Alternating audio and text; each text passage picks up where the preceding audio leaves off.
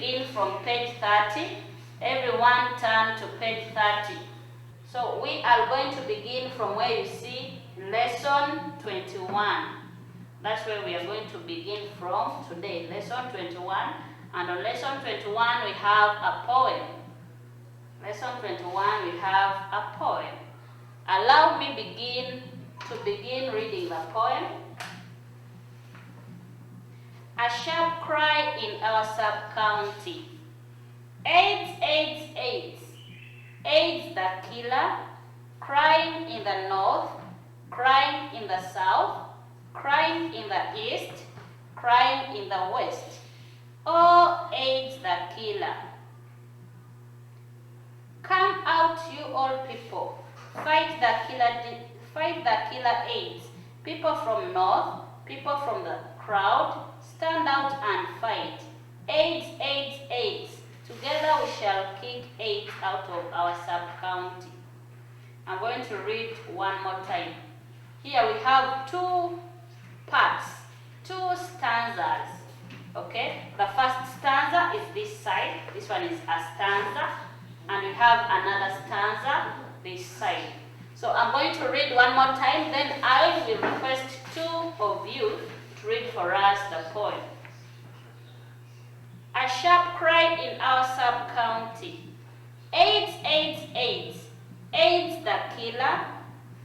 Crying in the north, crying in the south, crying in the east, crying in the west. Oh, AIDS the killer. Come out, all you people.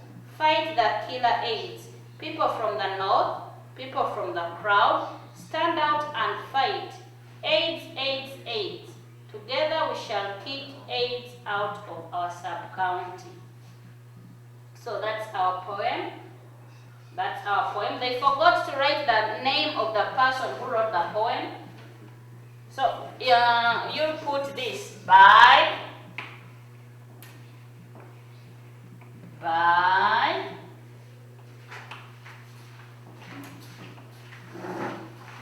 let's put Kato.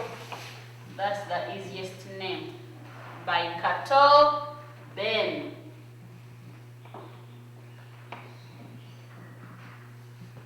By Kato Ben. That is the person who wrote. Now, dear children, I'm requesting for two people to read for us the poem. One is going to read the first stanza, and then the other will read for us the second stanza. A sharp cry in our sub-county. AIDS, AIDS, AIDS. AIDS the killer. Crying in the north, crying in the south, crying in the east, crying in the west. Oh, AIDS the killer. Wow. Krishiv? Yes. AIDS, come out, all you people. Fight the killer AIDS. People from the north, people from the crowd, stand out the fights. AIDS, AIDS, AIDS. All together we shall kick AIDS out of our sub-county. Wow, I love the way the two read. These flowers are for you. Thank you, teacher. You're welcome. Thank you for reading as well. Now, dear children, let's go to the questions. We have question number 1. How many stanzas does the poem have? 2 stanzas. Oh, you're right. But I need a full sentence. That's not the way we answer questions in English. In English, we always answer using a full sentence. Okay? Can you try again? How many stanzas does the poem have? The poem has... A poem has 2 stanzas. Very good. The poem has 2 stanzas. And remember one thing, in English we don't write figures, okay? We don't write number 2. So we shall not say the poem has this number. No, we shall write the word 2. The poem has Instead of number 2, you write the word 2. The poem has TWO. The poem has 2 stanzas, okay? The next question, I know children in P3 are now bright enough. They can begin with a capital letter, and they know they must put a dot at the end. So the next question says, what is the poem about? The poem is about AIDS. The poem is about AIDS. But don't you write AIDS with capital letters, okay? Write all the word AIDS with capital letters. Capital A, just like they wrote it in the poem. Don't write capital A only and you write small. No, you write AIDS in capital letters. AIDS. The poem is about AIDS. Which disease is talked about in the poem? Yes. The disease in the poem is AIDS. The disease talked about. Okay, can you phrase it like that? You begin the disease. The disease talked about.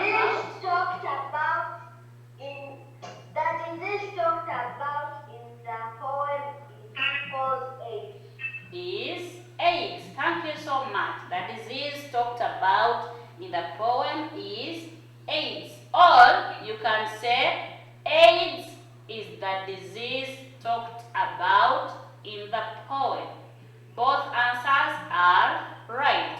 Question number 4. What should people from the crowd do? What should people from the crowd do?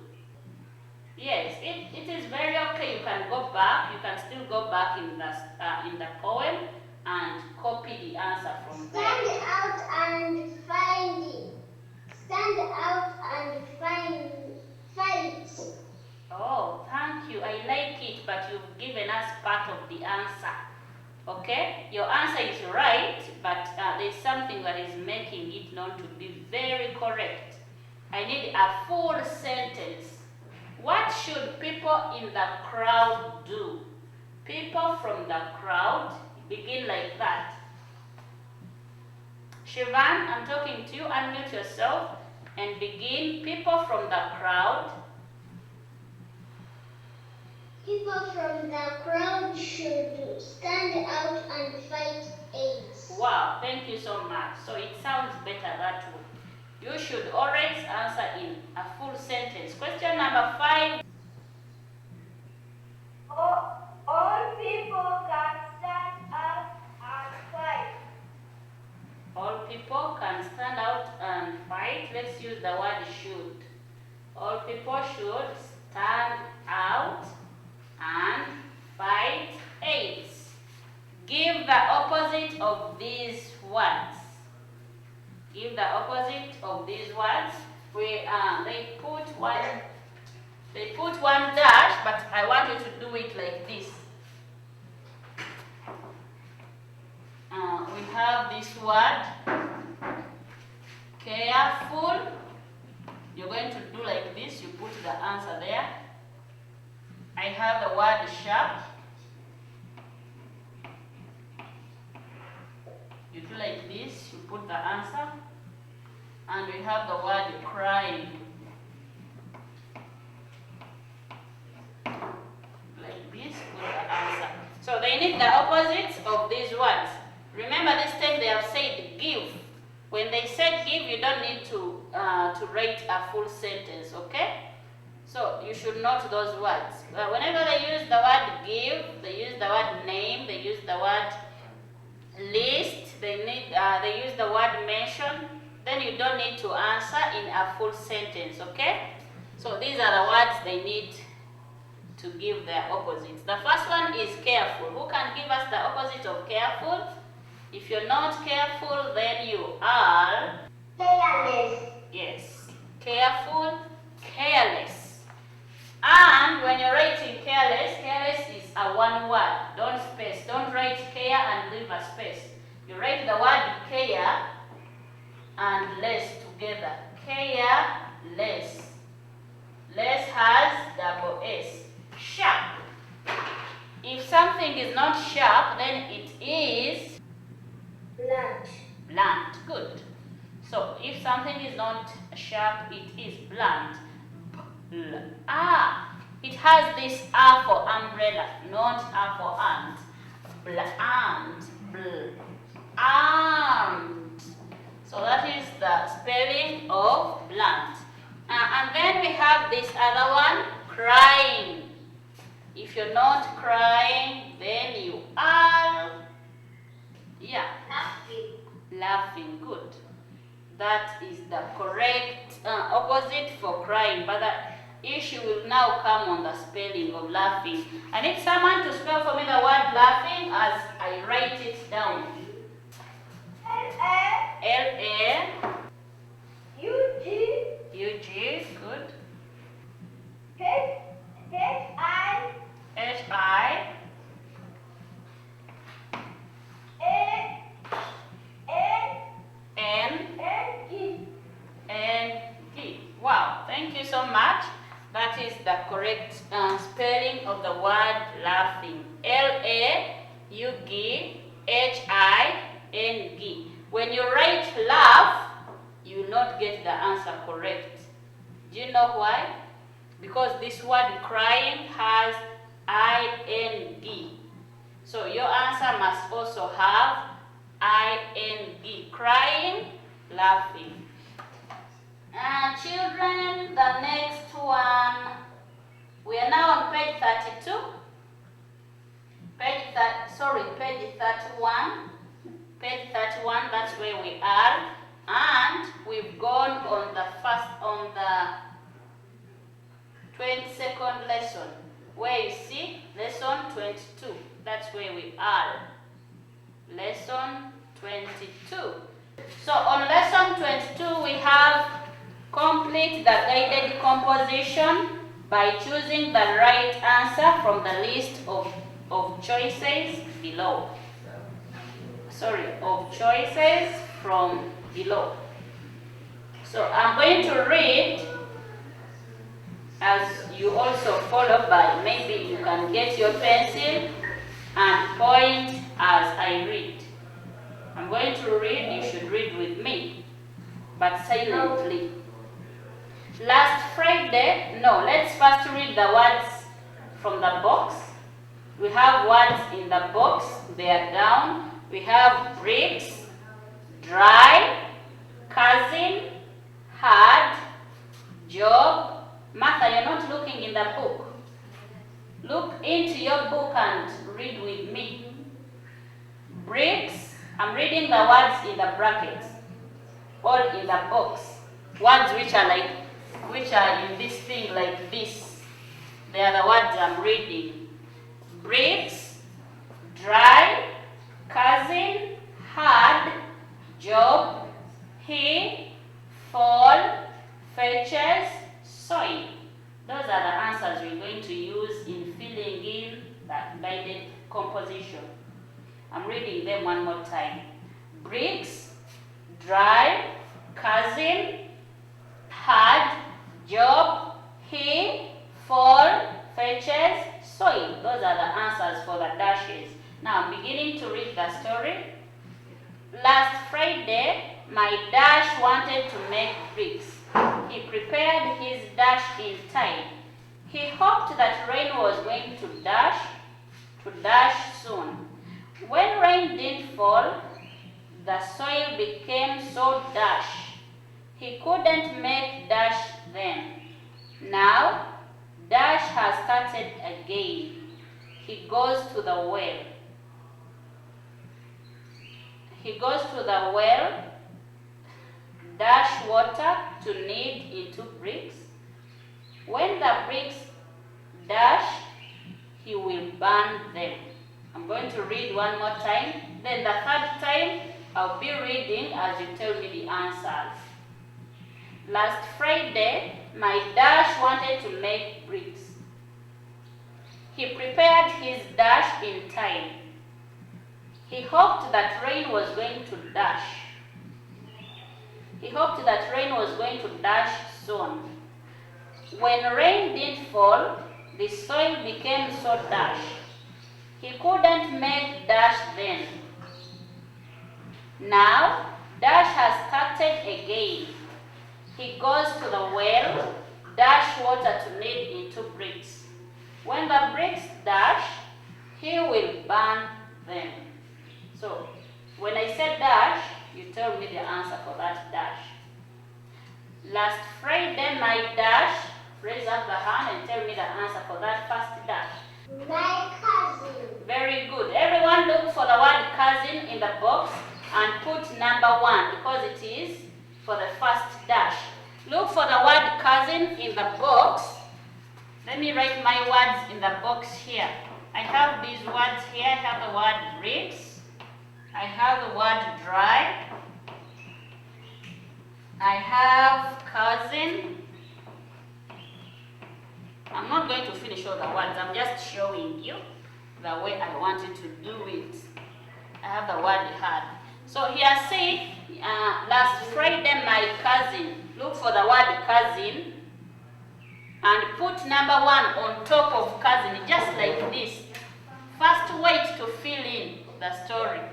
First just write number 1 on top, just like I've done. Number 1 on the word cousin. So I'm reading. Last Friday my cousin wanted to make bricks. He prepared his dash in time. I need the answer for that second dash. He prepared his soil. He prepared his soil. Good. Look for the word soil and put number 2. Just put number 2 on top of the word soil. So I'm reading. Last Friday my cousin wanted to make bricks. He prepared his soil in time. He hoped that rain was going to dash soon. I need the answer for number 3. He hoped that rain was going to, Victor? The rain was going to fall. That is number 3. Look for the word fall and put number 3. He hoped that rain was going to fall soon.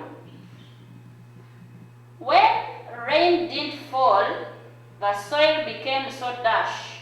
The soil became hard. Yes, look for the word hard and put, is it 3 or 4? Put number 4. The soil became so hard. He couldn't make dash then. I need the answer. Jerry? Right, the subject they had leaning. Yes, Jerry? Bricks. Bricks. Put number 5 on the word bricks. I believe you've seen the word bricks. Put number 5 on top of the word bricks. Now, dash has started again. Oh, I think I've showed you how to do it. You'll have to complete this guided composition, okay? The good thing, I've shown you how to do this. You go on by numbering. We've done like 6 numbers, so the rest are yours. You'll have to complete the guided composition yourself. You complete by putting numbers. Then after putting the numbers, you'll now attend to your guided composition. You'll put the words in your story to make it a meaningful one. So the next one, the next lesson, we have lesson 23. Lesson 23. I believe you're all there apart from Hatma, who has an issue with her pages. So page 31, lesson 23, where we have the word, what is a verb? What is a verb? What is a verb? Yes, who can tell us what a verb is? We did this work in primary 1, in primary 2. Yes, who can tell us what a verb is? A verb is a doing what? Wow, thank you so much. Thank you. A verb is a doing what? We can also say a verb is, an action word. A verb is an action word. I'm going to try some verbs here. You look at me, you look at the action and tell me which verb is that, okay? Which action is this? Martha, which action is this? Clap. Clap, good. I have this. Which action is that? Which verb is that? This, when I do like this, which action is that? Yes, that is washing. That is washing. So to wash is a verb. It's an action. Now I have this other one. Brushing. Wow, thank you so much. Like this. I have this. Are you seeing me? Wow, so all those are actions. Can you give me some actions you know? Examples of actions, examples of verbs you know. I've given you my actions, I've given you my verbs. Can you give me other verbs you know? Sitting. Teaching, good. Another action, yes, jumping. Wow, thank you so much. And so many others. So those are examples of verbs. Action words are verbs, okay? Now, verbs can change from one tense to another. Verbs can change from one tense to another. We have present simple tense. We are going to see that tense. We have present continuous tense. Verbs can change from one tense to another. It can change from present simple to present continuous, and then we have past simple or past tense. Now, present continuous tense. I know when you were still in primary 1, primary 2, you could use the word now tense. So another word for present continuous tense is now tense, something that is happening. In primary 1, we used to use the word happening. So present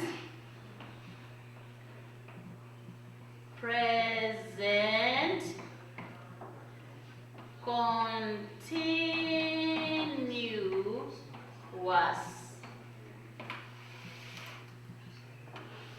So in present continuous tense, I was saying present continuous tense is the same as now tense. And in now tense, there are some letters we add on the verb. And those letters are ing. So in present continuous or in now tense, something that is happening now. Like someone may ask, what are you doing now? I am reading the book now. I am brushing my teeth now. I am doing my homework. So something you're doing now, we add ing. For example, we had our first word, write. Write. That is present simple tense. Present simple. This one does not change. We don't add anything there. We only add, we shall see when to add. We only add when you are talking about one person, like Diana writes in her book. But when we are many, we use it remains write. So we have write. In present continuous tense, it will be writing. This is now tense. The simplest word to use is now tense, something you're doing now. So write, writing. I don't know. Who can tell us what is the next letter here after T? Jet, and you give us a reason why. Yes, come again. ing. ing. Why don't we write E?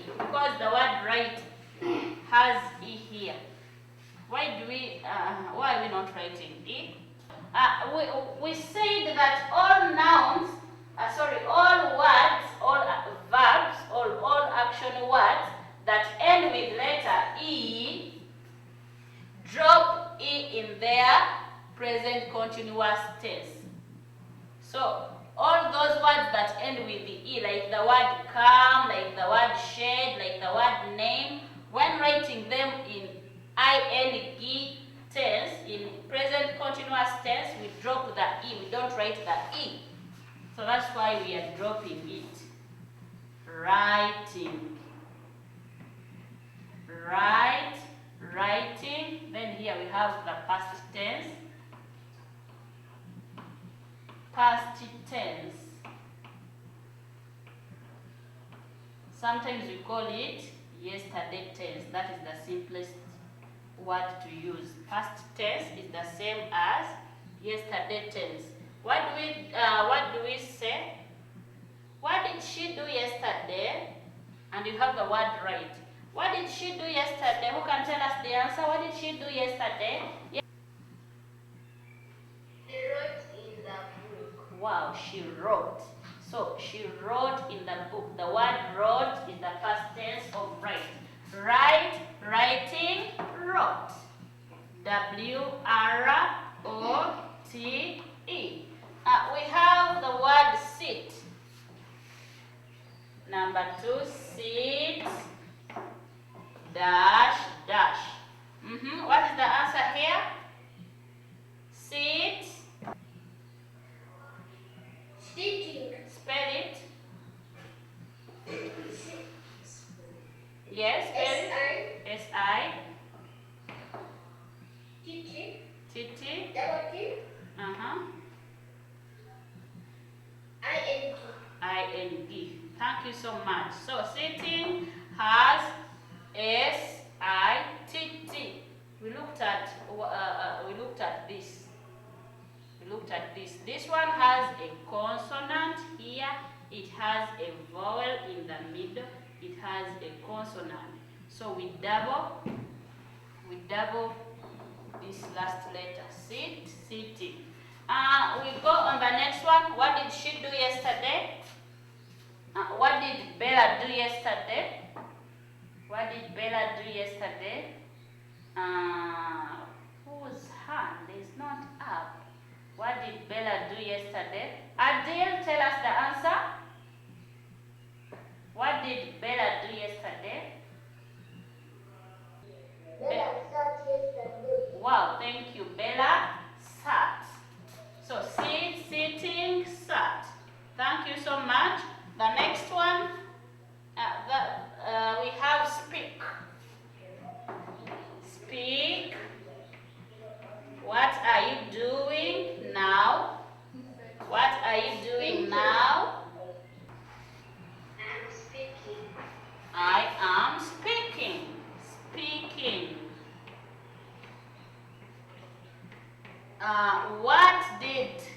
What did Malaika do yesterday? Malaika spoke yesterday. Thank you so much, my girl. Malaika spoke. Yes, Malaika spoke yesterday. Spoke is like this. When you're writing spoke, you write it as spoken, okay? Spoken. Malaika spoke yesterday. The rest are simple. Dance, dancing, danced. Go, going, went. Come, coming, came. Let's turn to the next page. That is page 32. So, dear children, we are going to stop on page 31. We are going to stop on page 31. Put a star on page 31. Put a big star on page 31. That's where we're stopping today. Page 31. But make sure you tell your parents to look for the YouTube videos so that you can handle all the work from page 1 up to page 31. The next day that will be a Wednesday, next Wednesday, I will ask for all my work from page 1 up to page 31. So endeavor to write all the work. I wish you well and have a lovely day. Bye-bye.